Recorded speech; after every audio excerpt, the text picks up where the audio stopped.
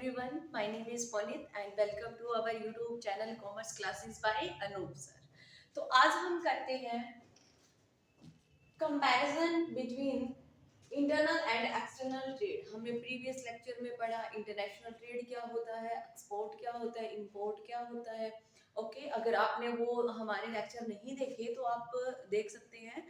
Previous video में हमने ये सब करवा रखा है एंड आप हमें इंस्टाग्राम पर भी फॉलो कर सकते हैं अगर आपकी कोई क्वेरी है तो हम आज करते हैं difference between the internal trade and external trade. Firstly हम समझते हैं कि इंटरनल ट्रेड क्या होता है एंड एक्सटर्नल ट्रेड क्या होता है। ओके, तो सबसे पहले हम बात करते हैं इंटरनल ट्रेड की, मीनिंग की बात करते हैं कि इसका मीनिंग क्या होता है। इंटरनल ट्रेड होता है with in boundary of nation, जिस नेशन में हम रह रहे हैं अगर विद इन द बाउंड्री के अंदर अगर हम बिजनेस कर रहे हैं कोई भी, तो वो आता है हमारा इंटरनल ट्रेड में आता है। नेक्स्ट अगर एक्सटर्नल की बात करें तो एक्सटर्नल ट्रेड का मतलब होता है मोर देन 2 और मोर कंट्रीज में जब हम बिजनेस को एक्सपेंड करते हैं, यानी कि बियॉन्ड द नेशन जब हम बिजनेस को एक्सपेंड कर रहे हैं, this is called external trade. Okay, next point आता है हमारा nationality of buyer and seller की। नेशनलिटी क्या रहती है बायर की एंड सेलर की। अगर विद इन द नेशन है तो नेशनलिटी सेम रहेगी। एज यू नो नेशनलिटी क्या रहेगी, सेम रहेगी पीपल एंड ऑर्गेनाइजेशन की, because it is same nation. And external trade में people and organisation from different nation, because people अलग होते हैं एंड ऑर्गेनाइजेशन का सिस्टम अलग होता है, क्योंकि डिफरेंट कंट्रीज में डिफरेंट सिस्टम को अडॉप्ट किया जाता है। Next point is that nationality of other stake holder. यहाँ पे ये शेयर होल्डर नहीं है, आप ध्यान रखना, ये है हमारे स्टेक होल्डर। अगर हम स्टेक होल्डर की बात करें तो स्टेक होल्डर में कौन कौन आ जाता है। स्टेक होल्डर में आ जाता है supplier, employees, middleman, share holder and partners. ये सभी हमारे स्टेक होल्डर में आ जाते हैं। जबकि एक होता है हमारा शेयर होल्डर। शेयर होल्डर क्या होता है, शेयर होल्डर ऐसा पर्सन होता है जिसने हमारी कंपनी के शेयर ले रखे हैं, वो क्या बोला जाएगा, share holder. But stake holder में सब चीजें इंक्लूड हो जाती है, like supplier, middleman and share holder and partners. Okay, तो आपको होप सो आपको मतलब समझ आ गया होगा stake holder and share holder. तो अगर स्टेक होल्डर की बात करें इंटरनल ट्रेड में तो क्या होता है, usually citizen of same country. जितने भी मिडलमैन है, शेयर होल्डर है, पार्टनर्स है, वो क्या होते हैं, हमारे सेम कंट्री के होते हैं। ओके, नेक्स्ट अगर हम बात करें कि एक्सटर्नल ट्रेड में फ्रॉम डिफरेंट नेशन, अगर हम बिजनेस कर रहे हैं डिफरेंट नेशन में, डिफरेंट कंट्रीज में, तो वहाँ के मिडलमैन अलग होंगे, सप्लायर अलग होंगे, शेयर होल्डर्स अलग होंगे। अगर पार्टनरशिप में कर रहे हैं तो पार्टनर्स भी अलग नेशन के होंगे। ओके, तो ये जो हमारा टॉपिक है इंटरनल और एक्सटर्नल का जो डिफरेंस हम कर रहे हैं, बहुत ही इजी टॉपिक है, बट आपको डिफरेंस करने के लिए आपको पॉइंट्स लर्न करने पड़ेंगे। Next is mobility of a factor का, इंटरनल ट्रेड का।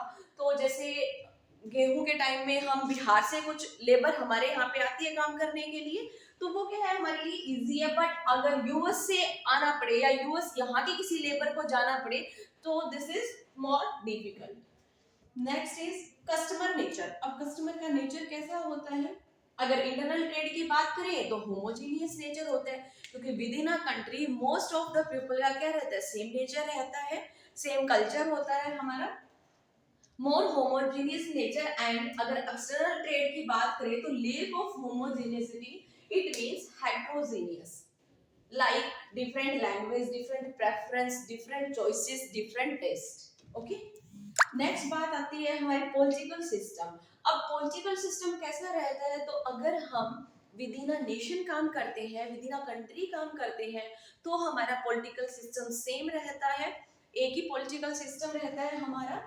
एंड अगर हम डिफरेंट कंट्रीज में काम करते हैं तो हमारा पॉलिटिकल सिस्टम, क्योंकि अदर कंट्रीज का पॉलिटिकल सिस्टम अलग है एंड हमारी कंट्रीज का पॉलिटिकल सिस्टम अलग है, हमारे रूल रेगुलेशन अलग है एंड फॉरेन कंट्री के रूल रेगुलेशन अलग है, तो this is different thing. Next बात आती है रेगुलेशन एंड पॉलिसीज।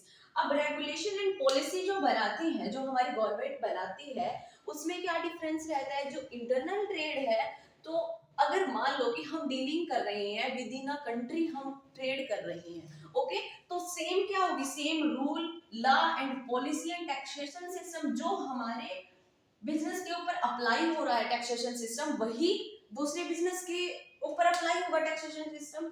बट अगर हम एक्सटर्नल ट्रेड करते हैं तो डिफरेंट कंट्री में different rule and regulation and taxation system को अडॉप्ट किया जाता है। ओके, नेक्स्ट करेंसी की बात करें तो हम यूज करते हैं सेम करेंसी, एंड जो एक्सटर्नल की बात करें तो वहां पे डिफरेंट डिफरेंट कंट्रीज में डिफरेंट डिफरेंट करेंसी को यूज किया जाता है। नेक्स्ट हम आते हैं मोड ऑफ पेमेंट। अब हम पेमेंट कैसे करते हैं? विद इन अ कंट्री हम कैश और बाय चेक से पेमेंट कर सकते हैं, एंड एक्सटर्नल ट्रेड में हम क्या करेंगे? Financial document and through bank के थ्रू पेमेंट करते हैं। जैसे कि हमने प्रोसीजर पढ़ा था एक्सपोर्ट एंड इंपोर्ट का, तो वो एक पॉइंट ये था कि जो हमारा एक्सपोर्टर होता है वो क्या मंगवाता है हमसे? लेटर ऑफ क्रेडिट मंगवाता है। अब लेटर ऑफ क्रेडिट कौन कौन इश्यू करता है? बैंक इश्यू करता है। ओके, तो ये आ जाता है कि financial document and through bank के थ्रू ट्रांजेक्शन होती है हमारी एक्सटर्नल ट्रेड में। Next is mode of transport. Transport क्या रहता है हमारा? इंटरनल ट्रेड में रहता है रोड और रेल ट्रांसपोर्टेशन, एंड एक्सटर्नल में रहता है shipping and air transportation. So this is all about the difference between the internal trade and external trade. Hope so आपको सबको समझ आई होगी एंड आप अच्छे से स्टडी करोगे इस टॉपिक को, because this is very important topic. And इसी तरह की अगर आप वीडियोस और देखना चाहते हैं, आप अपनी बिजनेस स्टडी के और बाकी लेसन्स को करना चाहते हैं, तो आप हमारे चैनल को सब्सक्राइब कर सकते हैं। Thank you everyone.